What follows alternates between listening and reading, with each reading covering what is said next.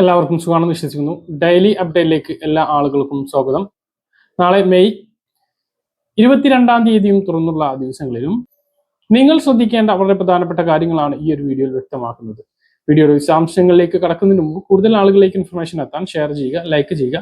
ഫേസ്ബുക്കിലൂടെ കാണുന്ന ആളുകൾ ഫോളോ ചെയ്യുക. വീഡിയോയുടെ വിശദമായ വിവരങ്ങളിലേക്ക് വരാം. ആധാർ പുതുക്കാത്തവർക്ക് വളരെ സന്തോഷകരമായിട്ടുള്ള അറിയിപ്പാണ് ഇപ്പോൾ വന്നിട്ടുള്ളത്. ആധാർ അനുബന്ധ വിവരങ്ങൾ അപ്ഡേറ്റ് ചെയ്യുന്നതിനുള്ള സമയപരിധി 1 വർഷം കൂടി നീട്ടിയിരിക്കുകയാണ് കേന്ദ്ര സർക്കാർ. 2027 ജൂൺ 14 വരെയാണ് ആധാർ ഉടമകൾക്ക് മൈ ആധാർ പോർട്ടൽ വഴി ആധാർ കാർഡുമായി ബന്ധിപ്പിച്ചിട്ടുള്ള രേഖകൾ സൗജന്യമായി അപ്ഡേറ്റ് ചെയ്യുന്നതിന് സാധിക്കുക. യുണീക്ക് ഐഡന്റിഫിക്കേഷൻ അതോറിറ്റി ഓഫ് ഇന്ത്യയാണ് ഈ കാര്യം അറിയിച്ചത്. 2026 ജൂണിൽ അവസാനിക്കേണ്ടതായിരുന്നു ഇത്. ഈ സൗകര്യം മൈ ആധാർ പോർട്ടലിലൂടെ മാത്രമേ സാധ്യമാവുകയുള്ളൂ. കൂടാതെ തിരിച്ചറിയൽ രേഖ, വിലാസ തെളിവ് എന്നിവയുമായി ബന്ധപ്പെട്ട രേഖകളുടെ അപ്ഡേഷനുകൾക്ക് ഇത് ബാധകമാണ്.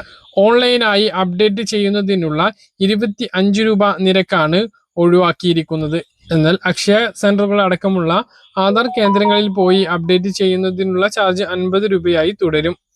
myAadhar.uidi.gov.in എന്ന വെബ്സൈറ്റിൽ ഡോക്യുമെന്റ് അപ്ഡേറ്റ് എന്ന ഓപ്ഷൻ വഴിയാണ് രേഖകൾ പുതുക്കേണ്ടത്. സൗജന്യമായിട്ട് ഇത് പുതുക്കാമെങ്കിലും നിങ്ങൾ ആധാർ അപ്ഡേറ്റ് ചെയ്യാനായിട്ടുണ്ടെങ്കിൽ, അതായത് 10 വർഷം കഴിഞ്ഞിട്ടുണ്ട് എങ്കിൽ നിർബന്ധമായിട്ടും നിങ്ങൾ അക്ഷയ കേന്ദ്രങ്ങളിൽ എത്തി ചെയ്യുന്നതാണ്, അല്ലെങ്കിൽ ആധാർ കേന്ദ്രങ്ങളിൽ എത്തി ചെയ്യുന്നതാണെന്നല്ല. നിങ്ങൾ ഫോട്ടോ മാറ്റുക, ബയോമെട്രിക് പുതുക്കുക, ഇതൊന്നും സ്വന്തമായിട്ട് ചെയ്യുമ്പോൾ സാധിക്കുകയില്ല.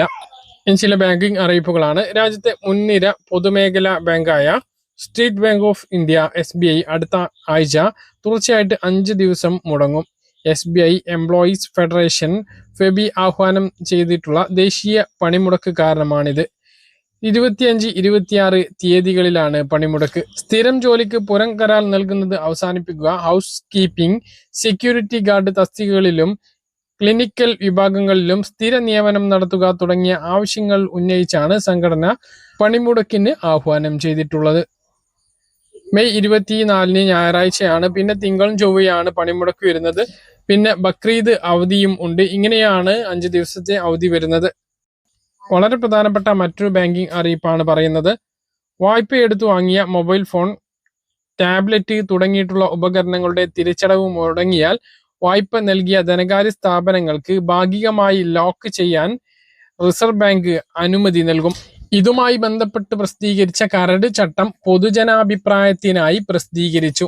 നിലവിൽ പല വായ്പാ സ്ഥാപനങ്ങളും ഇത്തരത്തിൽ ലോക്ക് ചെയ്യാറുണ്ടെങ്കിലും കൃത്യമായി ചട്ടം ഉണ്ടായിരുന്നില്ല.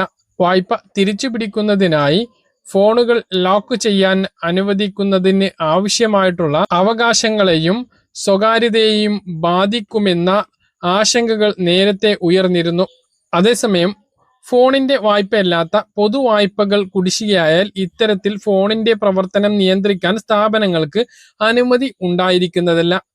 ഫോണിൽ പ്രീ ഇൻസ്റ്റാൾ ചെയ്യുന്ന ആപ്പുകളിലൂടെയാണ് നിയന്ത്രണം ഏറ്റെടുക്കുന്നത്. വായ്പ കുടിശ്ശികയായി 90 ദിവസം കഴിഞ്ഞാൽ മാത്രമേ നിയന്ത്രണം ഏർപ്പെടുത്താനാകൂ. മൊബൈൽ ഫോൺ വായ്പകൾ കുടിശ്ശികയായി 60 ദിവസം കഴിഞ്ഞാൽ ധനകാര്യ സ്ഥാപനം നോട്ടീസ് നൽകണം. തുടർന്ന് 21 ദിവസം തിരിച്ചടവിന് അനുവദിക്കണം. എന്നിട്ടും പണം അടച്ചില്ലെങ്കിൽ ഒരാഴ്ച കൂടി സമയം അനുവദിച്ച് രണ്ടാമത്തെ നോട്ടീസ് നൽകണം.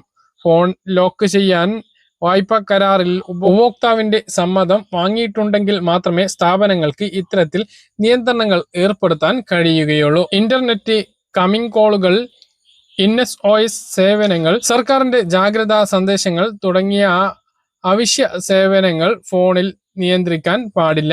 കുടിശ്ശികയായ പണം തിരിച്ചടച്ചാൽ 1 മണിക്കൂറിനുള്ളിൽ തന്നെ നിയന്ത്രണങ്ങൾ നീക്കണം. ഇതിൽ വീഴ്ച വരുത്തിയാൽ വൈകുന്ന ഓരോ മണിക്കൂറുകൾക്കും 250 രൂപ വീതം ഉപഭോക്താവിന് നഷ്ടപരിഹാരം നൽകണം. ലോക്ക് ചെയ്ത ഫോണുകളിലെ വ്യക്തിഗത വിവരങ്ങൾ ധനകാര്യ സ്ഥാപനങ്ങൾ ഒരു കാരണവശാലും ഉപയോഗിക്കരുത്. വായ്പ തിരിച്ചടച്ചാൽ ഉടൻ തന്നെ ലോക്ക് ചെയ്തിട്ടുള്ള ആപ്പുകൾ നീക്കം ചെയ്യണം. ലോൺ മുൻകൂറായി അടച്ചു തീർക്കുന്നതിനും വ്യക്തികൾക്ക് അവകാശം ഉണ്ടായിരിക്കും. ഫോൺ ലോക്കിങ്ങുമായി ബന്ധപ്പെട്ട പരാതികൾ പരിഹരിക്കാനും സംവിധാനം വേണം. സംസ്ഥാനത്ത് ക്ഷേമ പെൻഷൻ അനുവദിച്ചതിന് പിന്നാലെ സ്ത്രീ സുരക്ഷാ പെൻഷൻകാർക്കും സന്തോഷകരമായിട്ടുള്ള ആശ്വാസകരമായിട്ടുള്ള അറിയിപ്പുകൾ വരുന്നുണ്ട്. സ്ത്രീ സുരക്ഷാ പെൻഷൻ വിതരണത്തിന് വേണ്ടിയിട്ടുള്ള ഉത്തരവോ അറിയിപ്പോ ലഭിച്ചിട്ടില്ല എങ്കിലും പദ്ധതി തുടരും എന്നുള്ള വിവരമാണ് ഇപ്പോൾ നമുക്ക് ലഭിക്കുന്നത്. മന്ത്രിമാർക്ക് വേണ്ട പദവികളെല്ലാം ഇപ്പോൾ തരംതിരിച്ച് നൽകിയിട്ടുണ്ട്. എല്ലാ മന്ത്രിമാരും അവരുടെ വകുപ്പുകൾ കൈകാര്യം ചെയ്യുന്ന നടപടികളിലേക്ക് കടക്കുകയാണ്. ഇപ്പോൾ സ്ത്രീ സുരക്ഷാ പെൻഷന്റെ കാര്യം കൈകാര്യം ചെയ്യേണ്ടത് തദ്ദേശ സ്വയംഭരണ വകുപ്പിലാണ്. ഇതിൽ ഇപ്പോൾ മന്ത്രിയായിട്ടുണ്ട് KM ഷാജിയാണ് തദ്ദേശ സ്വയംഭരണ വകുപ്പ് മന്ത്രി. ഇപ്പോൾ തദ്ദേശ സ്വയംഭരണ വകുപ്പുകളിലൂടെ നടക്കുന്ന സ്ത്രീ സുരക്ഷാ പെൻഷൻ പദ്ധതിയിലേക്ക് അപേക്ഷകൾ വീണ്ടും ആരംഭിക്കുന്നതിന് വേണ്ടിയിട്ടുള്ള നടപടികൾ ആരംഭിച്ചു എന്നുള്ള വിവരങ്ങളാണ് വരുന്നത്. അതായത് പദ്ധതിയിലേക്ക് അപേക്ഷിക്കാൻ അർഹത ഉണ്ടായിട്ടും ഇതുവരെ അപേക്ഷിച്ചിട്ടില്ലാത്ത ആളുകൾക്ക് വീണ്ടും അപേക്ഷിക്കുന്നതിന് വേണ്ടി കെ-സ്മാർട്ടിൽ സൈറ്റ് ഓപ്പൺ ആയിട്ടുണ്ട്. കുറച്ച് മാസങ്ങളായിട്ട്, അതായത് 2 മാസത്തോളമായിട്ട് ഇതിൽ പുതിയ അപേക്ഷകൾ നൽകാൻ കഴിഞ്ഞിരുന്നില്ല. അപ്പോൾ വകുപ്പ് മേധാവികളിൽ നിന്നും പദ്ധതി വീണ്ടും ആരംഭിക്കുന്നതിന് വേണ്ടിയിട്ടുള്ള സൂചനകൾ ലഭിച്ചിട്ടുണ്ട് എന്നുള്ളതാണ് ഏറ്റവും പ്രധാനമായിട്ട് നിങ്ങളെ ഓർമ്മിപ്പിക്കാനുള്ളത്. അതുകൊണ്ട് തന്നെ ഇടയ്ക്ക് മുടങ്ങിപ്പോയിട്ടുള്ള, അതായത് ഫെബ്രുവരിയിലും മാർച്ചിലും മാത്രം വിതരണം ചെയ്ത് നിർത്തലാക്കിയിട്ടുള്ള സ്ത്രീ സുരക്ഷാ പെൻഷൻ പദ്ധതി വീണ്ടും തുടങ്ങും എന്നുള്ള വിവരങ്ങളാണ് വരുന്നത്. ഔദ്യോഗികമായിട്ടുള്ള അറിയിപ്പുകൾ ഉടൻ ഉണ്ടാകും എന്നാണ് പ്രതീക്ഷിക്കുന്നത്.